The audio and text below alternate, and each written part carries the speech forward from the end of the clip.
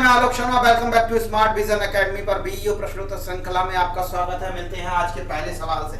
जी हाँ, आज का पहला सवाल है समीकरण से।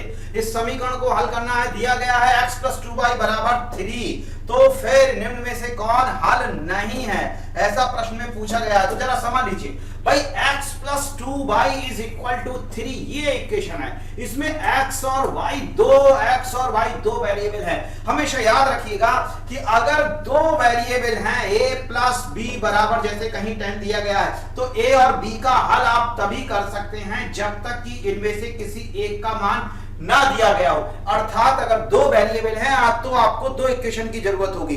अगर तीन वेरिएबल हैं तो आपको तीन इक्वेशन की आवश्यकता होगी।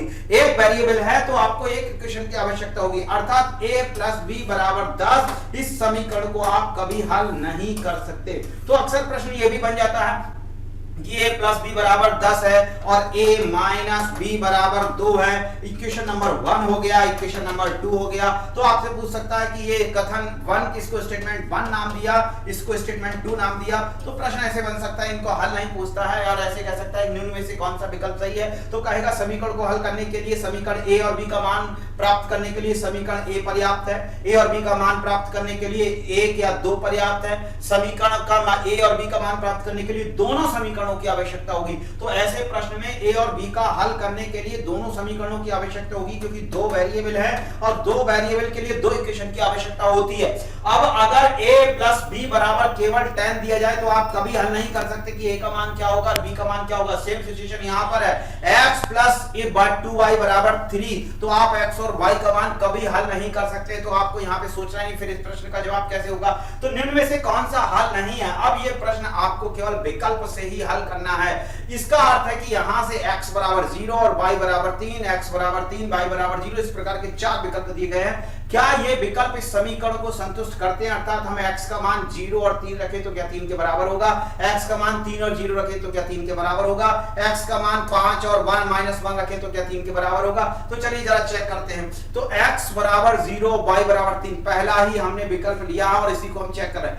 x बराबर रखा 0 प्लस और यहां पे हमने रखा y = 3, तो 2 × 3 और ये इधर तो 3 चल रहा है, तो लेकिन ये आएगा 6। तो इसका अर्थ ये हुआ कि ये इसके इक्वल नहीं है। इसका अर्थ ये भी हुआ कि x = 0 और y = 3 इस समीकरण का हल नहीं हो सकता, क्योंकि 0 और 3 ने इस समीकरण को संतुष्ट नहीं किया। तो क्या बाकी के संतुष्ट करते हैं। अपनी संतुष्टि के लिए आप ये वैल्यू रख सकते हैं। हालांकि इसका जवाब हो गया हमारा a। तो अब जरा इसको देखते हैं, x = 3 और y = 0 रखें तो क्या ये आंसर प्राप्त होगा। तो x = 3, y = 0 अगर हमने रखा तो ये हुआ 0 और ये लीजिए ये हो गया 3, यानी कि समीकरण सेटिस्फाई होती है। अगला वैल्यू हम रख के देख सकते हैं, x = 5 और y = -1, तो +5 रखा है और y = -1, यानी 2 × -1, 5 में से 2 गया तो कितना बचा 3, यानी इसने भी इक्वेशन को सेटिस्फाई कर दिया। एक और बचा है x = 1 और y = 1, तो देखते हैं x बराबर अगर हम 1 रखें और y = 1 रखें तो ये 2 × 1 और ये भी हो गया 2 और 1 3, यानी कि LHS RHS के बराबर है। इसका मतलब है कि इन तीनों ने समीकरण को संतुष्ट किया है, तो ये हल हो सकते हैं, लेकिन ये समीकरण का हल नहीं है। और प्रश्न में भी पूछा गया है कि कौन सा विकल्प सही नहीं होगा, यानी कौन सा हल नहीं होगा, तो फिर इसका अर्थ है कि हमारा A विकल्प सही है। मिलते हैं अगले प्रश्न की ओर। चलते ये लीजिए, ये भी समीकरण से। अब एक बात आपको और बता दें, एक बात और नोट करिए, अब तक पिछले वीडियो में समीकरण से संबंधित सवाल नहीं मिला है और एक ही पेपर में यह पाया गया कि एक ही पेपर में 3 से 4 क्वेश्चन समीकरण के लोक सेवा आयोग ने पूछे। तो एक बात इससे तय होती है कि समीकरण से एक प्रश्न मिलना तय है। तो देखते हैं इस सवाल को हल कैसे किया जाए। x + 8y = 35 और 5x x + 8y ये इक्वेशन 1 है और 3x + 9y 42 है। इस समीकरण को हल कैसे किया जाए, तो चलते हैं कैसे समीकरण को हल करना है। देखिए, इस समीकरण को हल करने के लिए पहले आपको करना क्या होगा, या तो x का कोएफिशिएंट जो x का मल्टीप्लाई हो रहा है, जैसे 5x, इसका मतलब है 5 और x के बीच में मल्टीप्लाई है, तो इसका अर्थ ये हुआ कि 5x का कोएफिशिएंट अर्थात गुणांक है, 8y का गुणांक है, 9y का गुणांक है और 3x का गुणांक है। इनमें इसमें से इस समीकरण को हल करने के लिए हम विलोपन विधि का प्रयोग करते हैं। विलोपन विधि में क्या होता है कि हमें दोनों इक्वेशन में किसी एक वेरिएबल के कोएफिशिएंट बराबर करने होते हैं। तो क्या अगर यहाँ पे x का कोएफिशिएंट 5 है और इसका कोएफिशिएंट 3 है, तो क्या इसका वेरिएबल सब इसका कोएफिशिएंट समान हो सकता है? समान करने के लिए हमें इस समीकरण में मल्टीप्लाई, या तो हम इसको 3 बना दे या हम इसको 5 बना दे। तो ना तो इसको 3 बनाया जा सकता है, ना इसको 5 बनाया जा सकता। फिर क्या हो सकता है? इसको करने के लिए एक काम और कर सकते हैं। पहले इस इक्वेशन को थोड़ा सा इजी बना लेते हैं। पहले इस इक्वेशन को हम सरल कर लेते हैं। पहली बात समझिए कि हमें करना क्या है। हमें करना है कि हमें x या y के कोएफिशिएंट बराबर करने हैं। तो या तो हम इसको 3 बना दें या इसको 5 बना दें। तो ना तो 3 संभव है ना 5 संभव है। तो हमारे पास एक विकल्प है कि 3 और 5 का जो एलसीएम होगा उस एलसीएम को बना दिया जाए, यानी एलसीएम कितना होगा? 15। तो हम एक काम ये करें कि x में उस संख्या से गुणा करें कि ये कोएफिशिएंट 15 हो जाए। तो इसके लिए हमें 3 से मल्टीप्लाई करना होगा और इसके लिए हमें 5 से मल्टीप्लाई करना होगा। तो ये हो जाएगा 15 और ये हो जाएगा 15 और फिर 5 इस 3 का मल्टीप्लाई यहां भी होगा और 3 का मल्टीप्लाई यहां भी होगा। इसके बाद हम इस समीकरण में से इस समीकरण को माइनस कर देंगे और हमें समीकरण का हल प्राप्त हो जाएगा। लेकिन अब इस समीकरण को थोड़ा और सरल कर सकते हैं। तो पहले जरा मैं जो अभी तरीका बताया था उसको ही पहले आप देख लीजिएगा। मान लीजिए मैंने 3 से मल्टीप्लाई किया है, 3 गुणा 3 और इसको हमने गुणा कर दिया है 5 से। ये रहा 5, इसके सारे मल्टीप्लाई 3 से होंगे, ये भी 3 से मल्टीप्लाई, यहां सारे मल्टीप्लाई 5 से होंगे और यहां सारे मल्टीप्लाई 5 से होंगे। तो चलिए देखते हैं। तो 5 तियां 15x, 5 तियां 15s। अब इसमें से इक्वेशन 1 में से हमने इक्वेशन 2 को करना है माइनस। तो ये माइनस और ये माइनस। तो 15x में से 15x जाता है तो ये हो जाता है माइनस। और 3 अट्ठे 24, ये 5 है। 3 अट्ठे 24 y ये हुआ और 5 नेम 45, ये मल्टीप्लाई है 45। तो 45 में से आप 24 को करेंगे माइनस, बचा कितना? ये बचा आपका 21। तो ये बचा है आपका माइनस का 21y। ध्यान दीजिएगा, ये ऊपर वाला प्लस का है। 3 अट्ठे 24 मानी 5 नेम 45 माइनस का हो गया। अब जरा यहां देखते हैं तो ये 5 से मल्टीप्लाई किया गया और ये 3 से मल्टीप्लाई किया गया। तो ये कितना बैठेगा? ये बैठा 3 पंजे 15, 3 तियां 9 और 1 10 और ये रहा 5 दूनी 10 और 5 चौक 20 और 1 21। तो ये भी निगेटिव है। तो हम 210 में से माइनस करेंगे किसको? 105 को। तो लीजिए 210 में से 105 को माइनस किया, ये बचा 5 और ये यहां से बचा 0 और ये बचा हमारा 105। तो 105 अर्थात 21y बराबर, इधर बचा है माइनस का 21y और इधर बचा हमें माइनस का 105। माइनस से माइनस हुआ कैंसिल। तो फिर अब हमको मिला 21y इज इक्वल टू बराबर हुआ 105। अब जरा हम इसको कैंसिल कर देते हैं। 3 से 3 सत्ते 21, 3 तियां 9 और 3 पंजे 15, 7 पंजे 35। तो y का मान हमको प्राप्त हो गया 5। अब y बराबर 5 है तो फिर y बराबर देखिए कहां कहां 5 आपको दिखाई दे रहा है। तो एक विकल्प, 2 विकल्प में आपको y बराबर 5 मिल रहा है। यहां तो अब ये विकल्प कैंसिल हुआ, ये विकल्प कैंसिल हुआ, लेकिन यहां भी y बराबर 5 है और यहां भी y बराबर 5 है। तो अभी भी अगर हमें आपके एक विकल्प को सेलेक्ट करना है तो x का मान हमें प्राप्त करना होगा। अब हमें पता चल चुका कि y बराबर 5 है। तो अब किसी एक समीकरण में हम y का मान रखेंगे और उसको हल करने की कोशिश करेंगे। तो मान लीजिए हमने यहां पे y बराबर 5 लगा दिया। तो 8 गुणा 5, तो 8 पंजे हुआ 40 और ये है 5x। तो 40 को हम इधर लेकर के गए तो हुआ माइनस का, और माइनस का बचा 5 और माइनस का जब 5 बचा है तो वो किसके बराबर है? वो है 5x के बराबर। तो x बराबर 5, x बराबर है -5। तो x बराबर हुआ -1। लीजिए आपका आंसर हो चुका है। y बराबर 5 है और x बराबर -1 है। तो अब जरा देखिए, अच्छा ये जो x का y का मान आपने 5 रखा है वो किसी भी समीकरण में रख सकते हैं, चाहे ऊपर वाली समीकरण में रख सकते हैं चाहे नीचे वाली समीकरण में रख सकते हैं। तो x बराबर हमको प्राप्त हुआ है -1। तो f विकल्प में देखिए x बराबर -1 और y बराबर 5, ये रहा आपका आंसर, यानी विकल्प भी आपका सही है। मैंने एक बात और बताई कि आपने इस समीकरण में y बराबर 5 रखें और x बराबर -1 रखें दोनों समीकरण में, तो दोनों समीकरण आपकी संतुष्ट होती है। जैसे देख सकते हैं -1 हमने रखा और 5 यहाँ रखा, तो 5 3 15 और सॉरी 5 में 45 यहाँ रखिए 9 और y बराबर 5 रखिए और 3 गुणा -1 रखिए, तो 9 पंजे 45 -3 करेंगे ये, क्योंकि माइनस का हो जाएगा माइनस का 3, तो 45 -3 करेंगे और ये 42 यानी समीकरण संतुष्ट है। तो दोनों समीकरणों को ये मान संतुष्ट करेंगे। इसको हल करने का तरीका मैंने एक और बताया, कभी कभी ऐसा होता है कि एक समीकरण में जैसे 3x + 9y बराबर 42 है, तो अगर सब में आप पहले इसको भाग देके सरल कर दे तो और आसान हो जाएगा। यानी कि मैं 3x + 9y बराबर 42 को 3 से भाग दे करके एक और समीकरण बना सकता हूं। तो मैंने इसको समीकरण को 3 से भाग दिया, इसको 3 से भाग दिया, इसको भी 3 से। भाई LHS और RHS दोनों तरफ आपको भाग देना होता है, तो ये रहा 3 एकम 3, ये रहा 3 3 9 और ये रहा 3 एकम 3, 14 दूनी 28, 14 3 42। तो अब समीकरण हमारी क्या बनी है? समीकरण हमारी 3 3 9 समीकरण बनी है x + 3y = 14, ये बना है। और ऊपर वाली समीकरण हमारी क्या हो जाएगी? ऊपर वाली समीकरण हमारी हो चुकी है 5x और +8y और = 35। अब क्या करना होगा? अब इस समीकरण को 5 से गुणा करेंगे तो हो जाएगा आसान। तो लीजिए, अब मैंने इस समीकरण को 5 से गुणा किया क्योंकि कोएफिशिएंट अभी भी बराबर नहीं है, तो ये हो जाएगा 5x और ये हो जाएगा 15y और ये हो जाएगा 14 पंजे 70, 5 से गुणा किया है।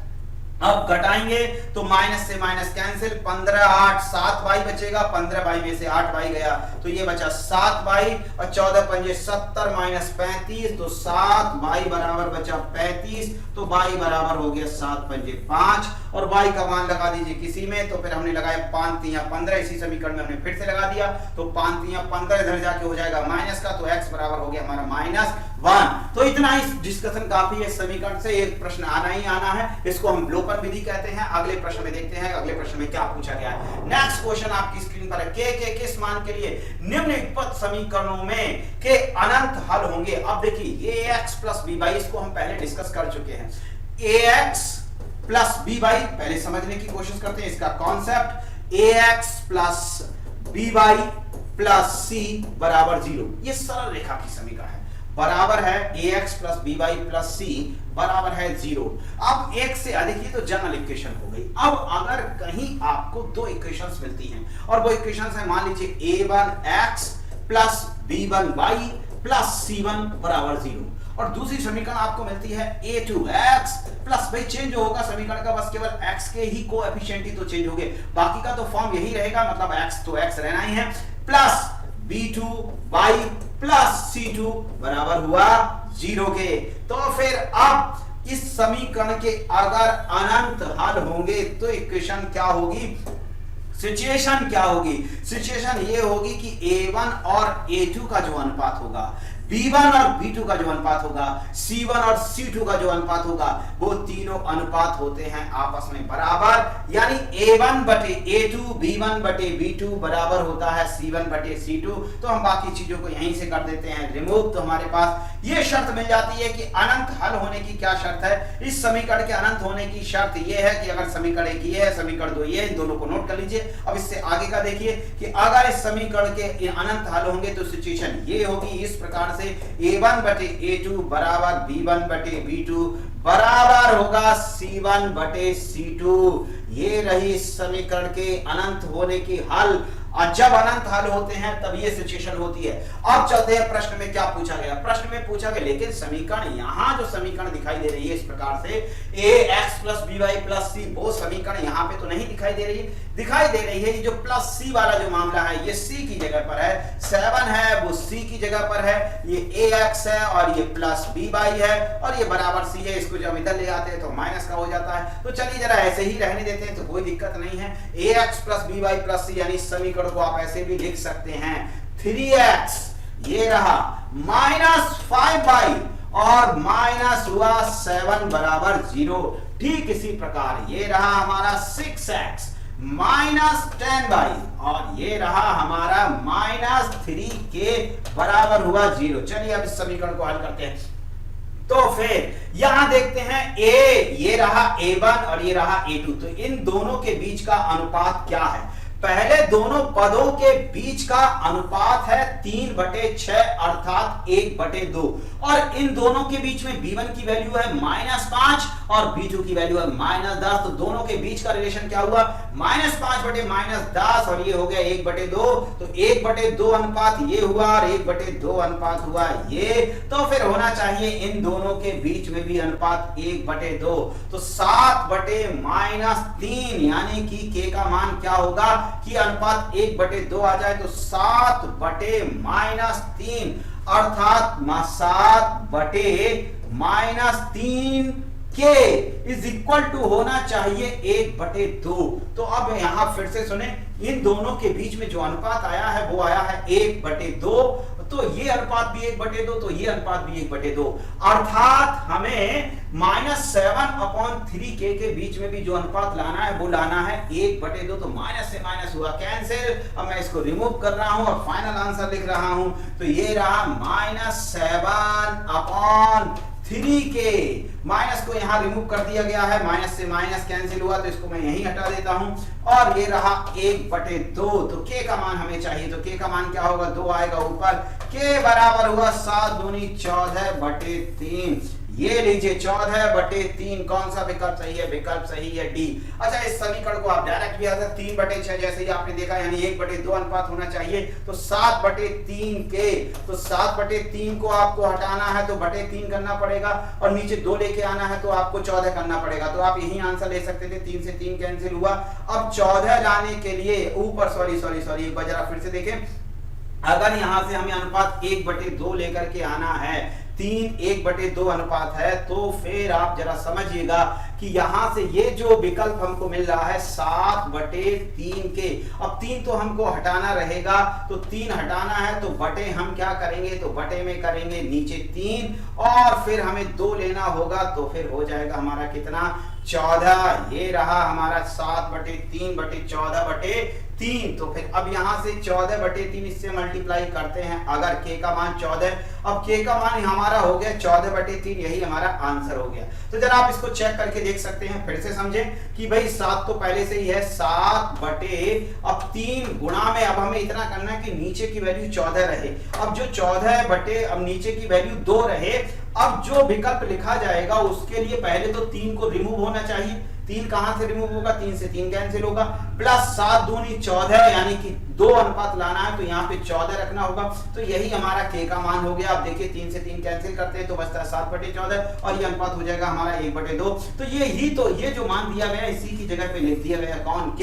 तो k का मान हुआ 14/3 अर्थात यहाँ पे आपको 2 कॉन्सेप्ट समझने हैं कि अगर इसके समीकरण के होते हैं अनंत हल, तो अनंत हल तब होते हैं जब a1/a2 बराबर होता है b1/b2 बराबर होता है c1/c2। तो चलते हैं नेक्स्ट क्वेश्चन की और अगला क्वेश्चन इस विकल्प आज की सीरीज में का कौन सा है। ये रहा अगला क्वेश्चन, समीकरण 3x² plus 2k plus 1x minus k plus 5 के बराबर 0 के योग गुणमूलों का योगफल उनके गुणनफल के बराबर है। तो k का मान क्या होगा, पहले जरा समझ लेते हैं इसका कॉन्सेप्ट। भाई ये है आपकी क्वाड्रेटिक इक्वेशन और क्वाड्रेटिक इक्वेशन में पहले क्वेश्चन को जरा ध्यान से देखिए। क्वाड्रेटिक इक्वेशन में 2k प्लस 1 बराबर 3k और इसका आंसर हो जाएगा 2k प्लस बराबर हुआ k प्लस 5 इधर आ जाएगा और ये रह जाएगा आपका आंसर 5 - 4 आंसर हो जाएगा।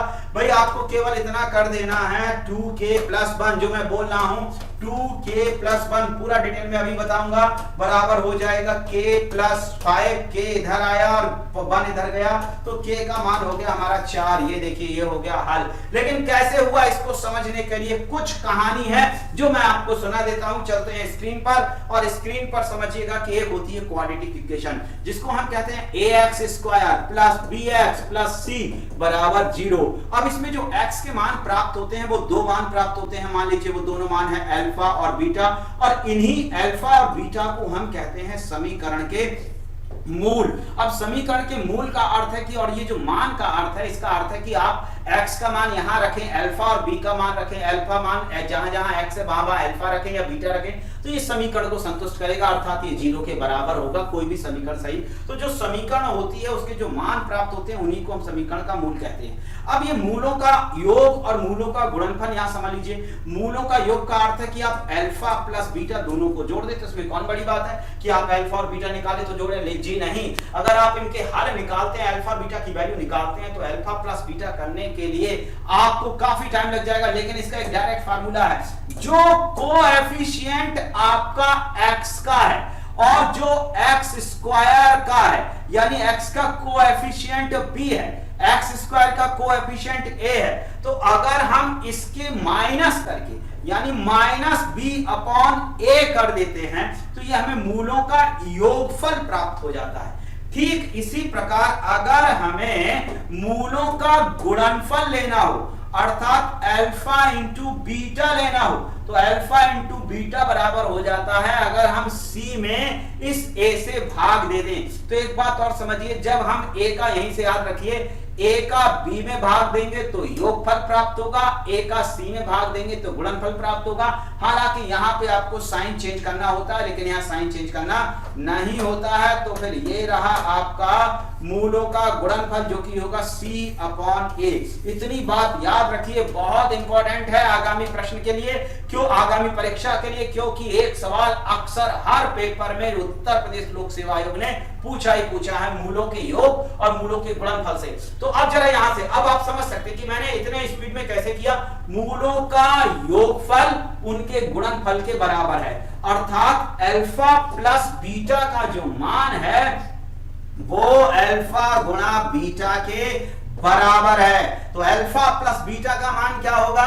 ये रहा x का कोएफिशिएंट इतना, ये पूरा है, मतलब 2k प्लस 1, ये b हुआ माइनस का, लेकिन अपॉन में x स्क्वायर का कोएफिशिएंट कौन है? 3 है, तो बटे 3 कर दिया, बराबर होगा अल्फा इंटू बीटा, जो कि किसके बराबर होगा? ये बराबर होगा c अपॉन a।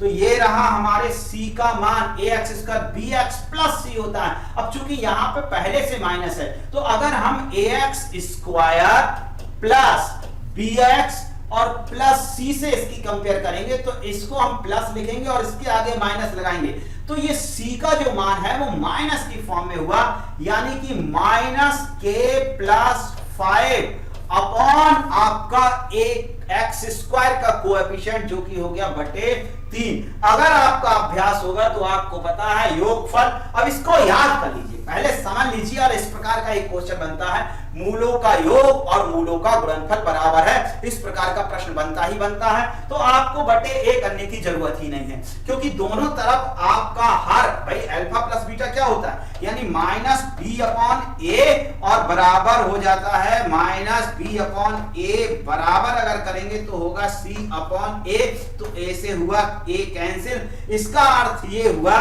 कि अगर मूलों का योग और मूलों का गुणनफल बराबर है तो इसका अर्थ होगा माइनस b बराबर है किसके? c के। तो यही काम मैंने ओरल डायरेक्ट किया कि 2k प्लस 1 माइनस का बराबर माइनस, ये भी माइनस का हो गया तो सीधे हुआ 2k प्लस 1 बराबर k प्लस 5। चलिए अब इसको ओरल फिर से करते हैं, तो 3 से 3 कैंसिल, लिखने की जरूरत नहीं, माइनस से माइनस कैंसिल। अब हमारे पास केवल बचा है 2k प्लस 1 बराबर बचा है k प्लस 5। अब 2k प्लस 1 और k प्लस 5 का सेपरेशन करें तो k की तरफ आएगा, तो 2k माइनस k हो जाएगा, और 5 1 इधर जाएगा तो माइनस 1 हो जाएगा। अब इधर बचा आपका k और इधर बचा आपका 4, यही हुआ हमारा उत्तर, यानी विकल्प सही है D।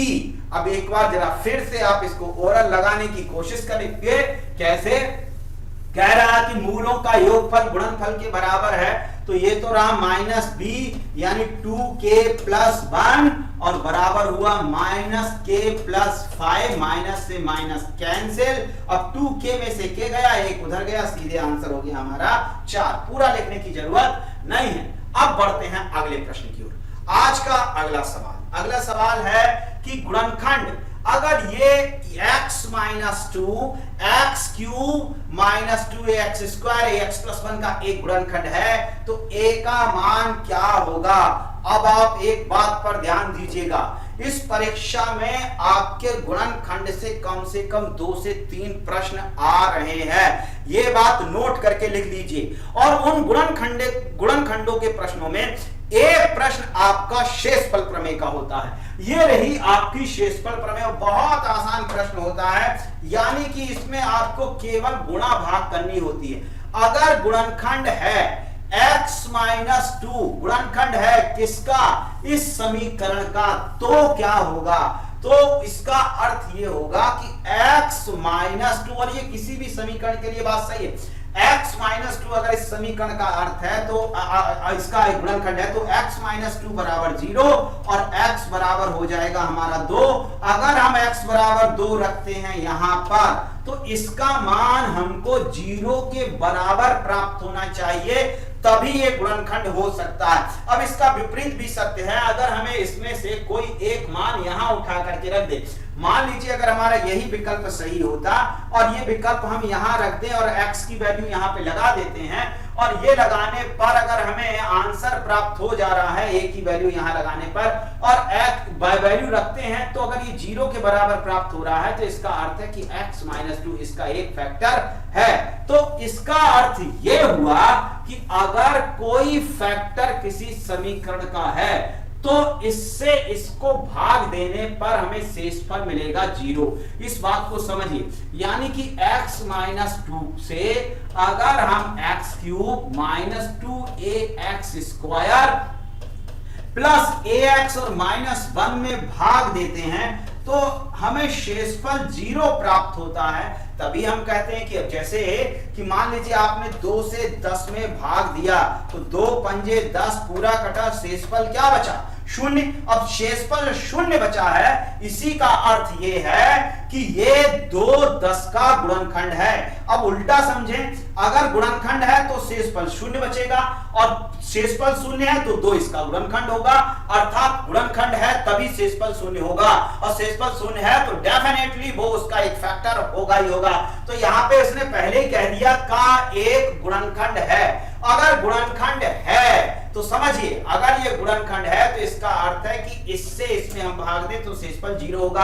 अब भाग देने का क्या तरीका होता है, भाग देने का तरीका अलजेब्रा में एक तो सीधे सीधे अगर हमें a का मान प्राप्त होता तो हम x माइनस 2 से सीधे भाग देकर के दिखा दें, लेकिन प्रश्न में आपको ऐसे हल नहीं करना। यहाँ भाग देने का अर्थ होता है x माइनस 2 बराबर 0 है तो x बराबर आप 2 रखिए, x प्लस 2 बराबर 0 होता तो x बराबर आपको रखना होता माइनस 2।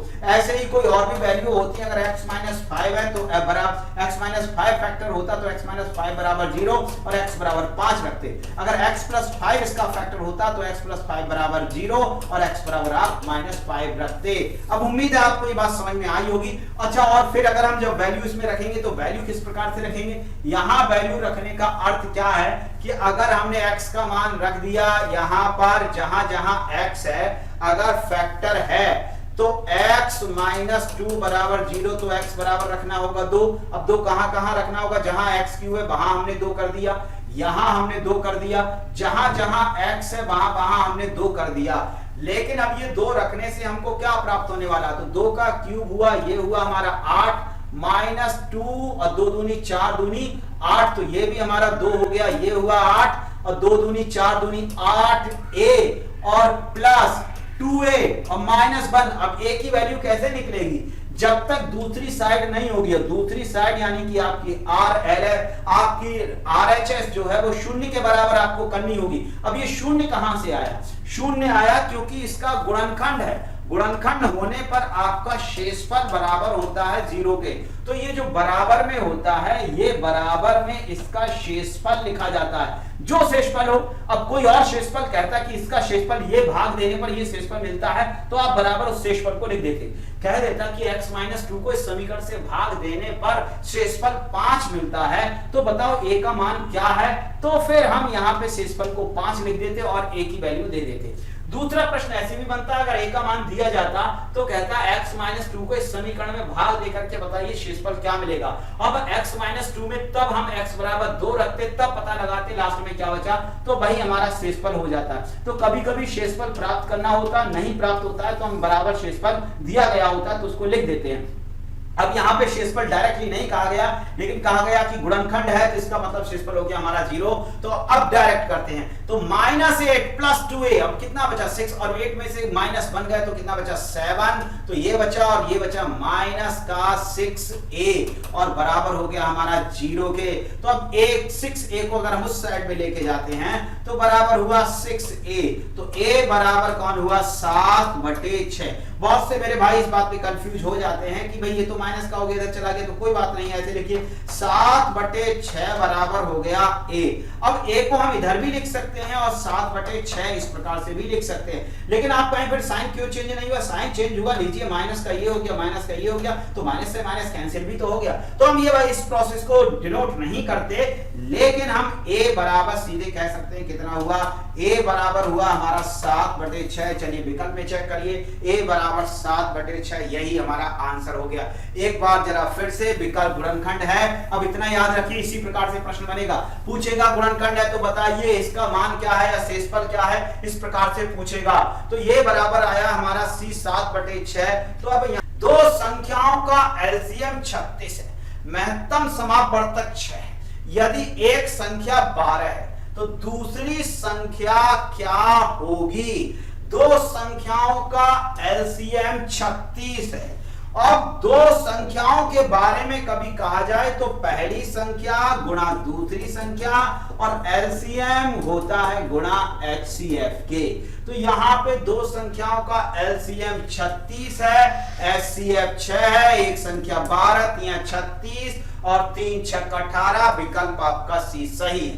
तो जरा एक बार फिर से बता देता हूं, एलसीएम और एचसीएफ, एक संख्या को इन्होंने दिया गया है 12 और एलसीएम है 36 और एचसीएफ है आपका 6। लीजिए सीधे ओरल लगाने वाला प्रश्न है भाई, इतना है 12, तो 12 3 36, 3 6 18, पहली संख्या हो गई आपकी 18 और हमारा विकल्प सी सही है। चलते हैं अगले प्रश्न की ओर। अगला प्रश्न क्या कह रहा है, समीकरणों के 2x - 3y बराबर 7, 4x - 14y बराबर 6y के कितने हल होंगे। अब हल वाली बात आप समझ चुके हैं। हल वाली बात में हमने आपको बताया था कि अगर a1x यानी समीकरण के जो हल प्राप्त होते हैं वो a1/a2 बराबर b1/b2 बराबर c1/c2 देखना होता है। अगर ये तीनों बराबर हैं तो अनंत हल प्राप्त होंगे। तो 2/4 यानी 2 दूनी 4, 1/2 और -3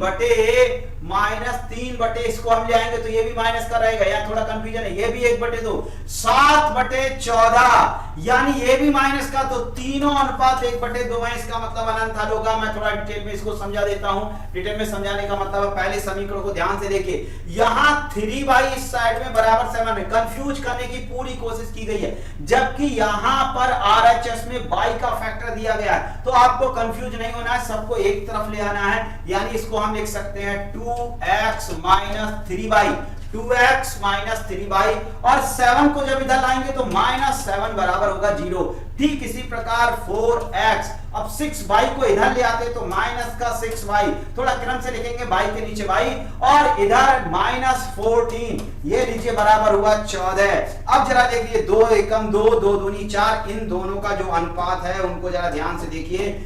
2x के कोएफिशिएंट का अनुपात 2/4 यानी 1/2 होगा, -3/-6 ये भी 1/2 होगा, -7/-14 ये भी 1/2 होगा। इसका मतलब है a1/a2 बराबर b1/a1/a2 बराबर b1/b2 बराबर होगा c1/c2। तो हम इन सबको करेंगे कैंसिल, यानी कि ये होगा 1/2 और तीनों अनुपात समान होते हैं तो समीकरण के हल होते हैं अनंत। तो इस प्रकार से आप देख रहे हैं कि ये इस सीरीज का आखिरी प्रश्न है, और अगली सीरीज में फिर और अच्छे प्रश्नों के साथ हम आपसे मिलेंगे। तब तक के लिए गुड बाय, नमस्कार।